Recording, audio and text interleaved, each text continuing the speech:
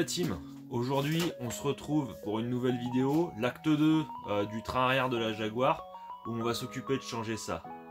Des bons amortisseurs.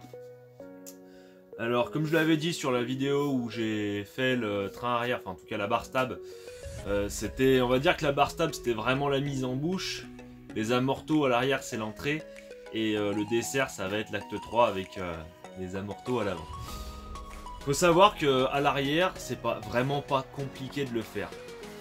Vous avez l'amortisseur, je vais vous montrer tout à l'heure comment il est fixé, mais je vous montre déjà là. Il est fixé donc sans ressort, hein, à l'arrière, le ressort est déporté sur un des bras. Il est fixé en bas par une vis où il y a une clé de 10, où c'est une douille de 18 avec une douille de 20. 21, vérifiez, je vous le mettrai, vous devriez le voir affiché en bas. Vous avez juste à prendre un cliquet de 18 ou une péteuse, hein, moi je vais le faire à la péteuse, c'est beaucoup mieux. Et vous bloquez avec une clé de 20 et ça va bien. Et au-dessus, c'est juste deux écrous de 13. Voilà. Donc ça se fait plutôt bien. Donc l'idée c'est de vraiment lever l'arrière de la voiture, vous enlevez les deux roues, vous mettez deux chandelles et vous pourrez bosser vraiment tranquillement. Allez, et ben je vous montre ce que ça donne en pratique. Donc amortisseur arrière sur Jaguar X-Type 3 litres V6, donc transmission intégrale hein, comme vous pouvez le voir. C'est vrai qu'on l'a plus souvent vu de dessous sous le moteur que de derrière cette voiture. Donc on retrouve notre pont hein, ici avec notre arbre de transmission qui traverse.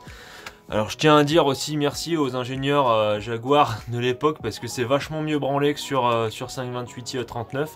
Parce que pour le coup il n'y a pas besoin de tomber la ligne pour accéder à l'arbre de transmission, c'est vachement bien. Si jamais j'ai le roulement de palier à faire, moi je me ferais vachement moins chier.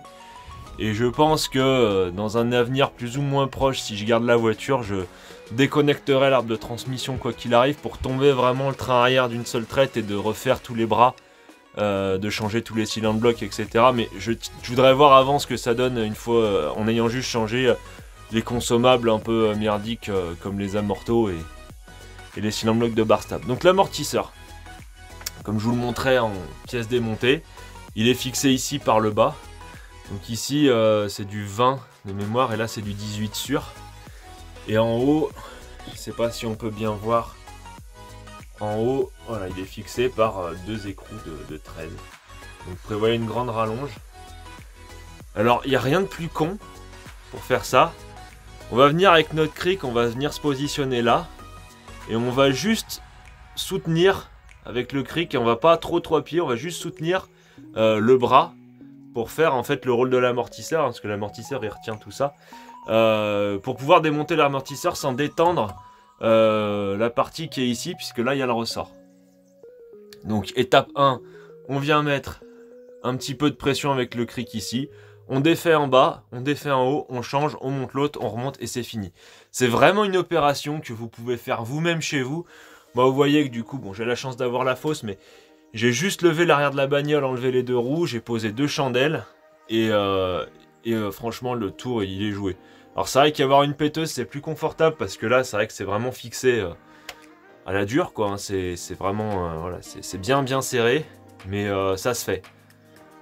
Donc on va se faire ça, je vais vous le montrer, rien de compliqué, et après, une fois qu'on aura fait ça, ben... De toute façon, je vais tourner la voiture pour l'avoir dans l'autre sens, donc j'irai tester ce que ça donne. Mais dans l'idée, on aura déjà une idée de ce que ça donnera en termes de sensation de conduite, si ça fait toujours du bruit sur le train arrière ou pas. Et si ça fait toujours du bruit, de toute façon, ouais, je pense que je démonterai tout. Parce que ça a pas l'air d'être bien compliqué. Après, une fois qu'on a déconnecté l'arbre de transmission, il y a juste des gros cylindres blocs à enlever, et puis ça tombe tout seul. Et bah allez, c'est parti, je vous montre tout ça.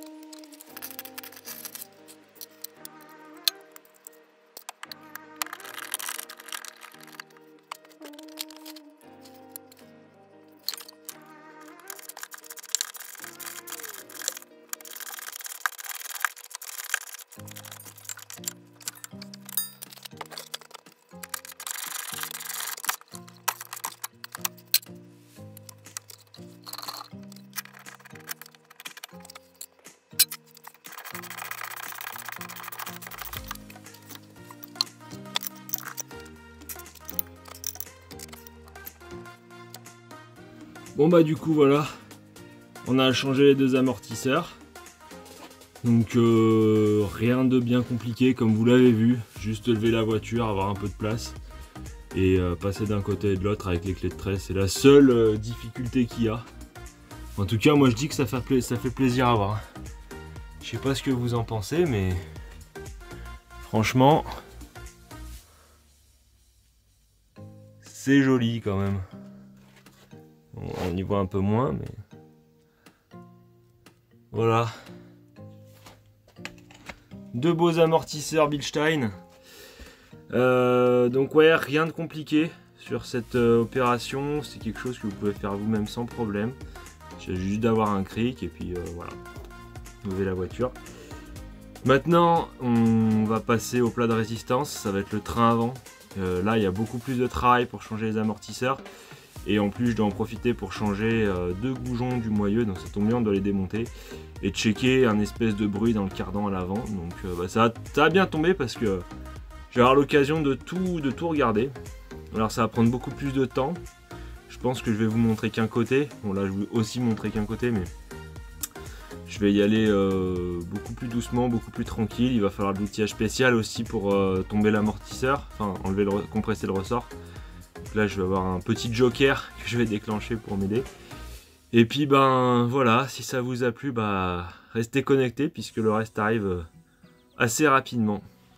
Salut et merci de me suivre.